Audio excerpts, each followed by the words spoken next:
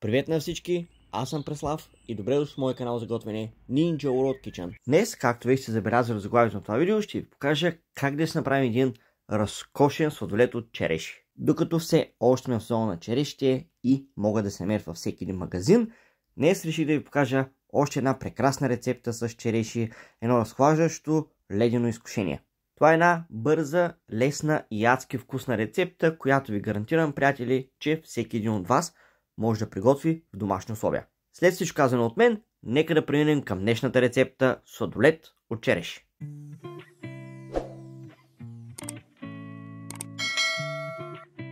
За ваше улеснение, всички продукти и точните им грамажи ще намерите долу в описанието. А сега да започваме. Вземам сини ръкавици.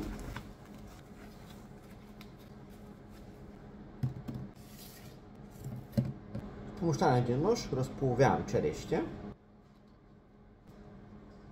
и махам костилката. Тези от вас, които са обезкостявали череши, ще ме разберат защо ползвам ръкавици, а именно защото череши цапат много. Затова, приятели, съветвам ви, ползвайте ръкавици, ако използвате пресни череши. За тази рецепта аз съм използвал череши около 250 грама с костилката.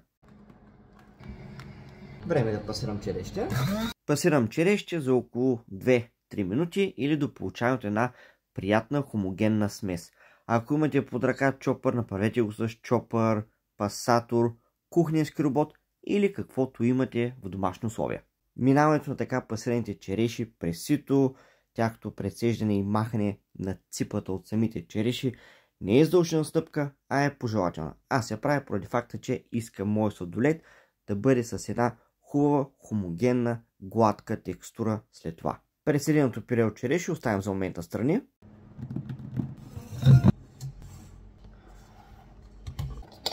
В купата на миксера слагам 250 грама течна сметана.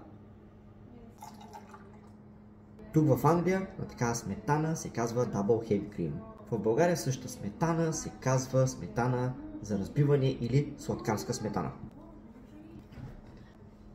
Купата с охладената сметана слагам в миксера и разбивам на средна силна скорост за около 2 до 3 минути, в зависимост от това колко е силен вашия миксер, приятели, до получаването на пухкава консистенция. Така изглежда моята сметана след няколко минути разбиване на средна силна скорост.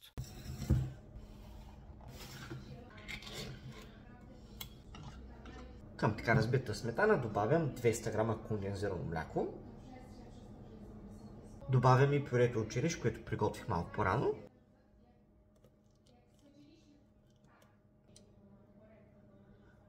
Добавям и една чайна лъжичка ванилов екстракт.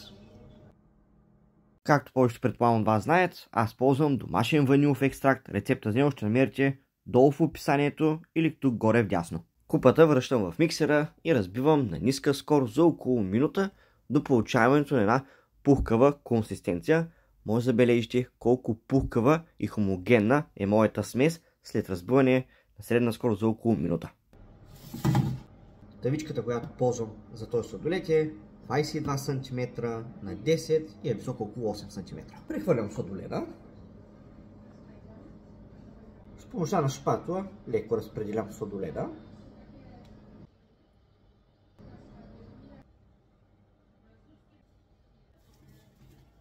Финално покривам с треш фолио,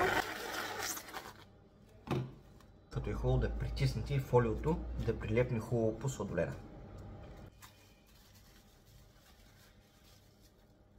Така подготвения сладолед прибирам в фризера поне за 6 часа или за през нощта. До утре!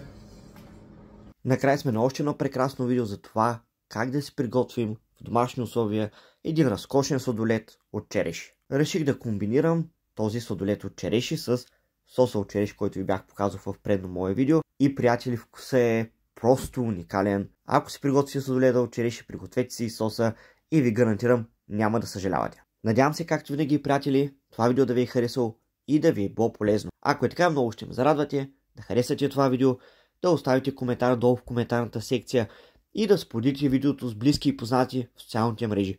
По този начин помагате изключително много, за което ви благодаря. Чао и нови срещи и ще се видим в следващото прекрасно видео, което съм подготвил за вас. Чао, чао!